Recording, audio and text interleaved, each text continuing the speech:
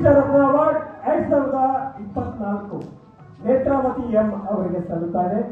ನೀವು ಕೂಡ ಜೋರು ಚಪ್ಪಾಳೆ ತಗೊಳ್ಳೋದ್ರ ಮೂಲಕ ಈ ವಿಶಿಷ್ಟ ರತ್ನ ಪ್ರಶಸ್ತಿಗೆ ಭಾಜನರಾದಂತ ಅವರನ್ನ ಅಭಿನಂದಿಸಿ ಅಂತ ಕೇಳ್ಕೊತಾ ಇದ್ದೀನಿ.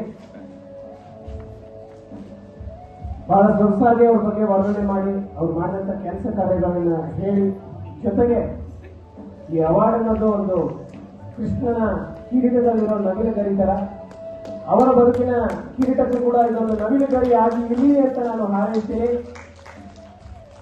ನೇತ್ರಾವತಿ ಎಂ ಅವರಿಗೆ 2024ನೇ ಸಾಲಿನ ವಿಶಿಷ್ಟ ರತ್ನ ಪ್ರಶಸ್ತಿ.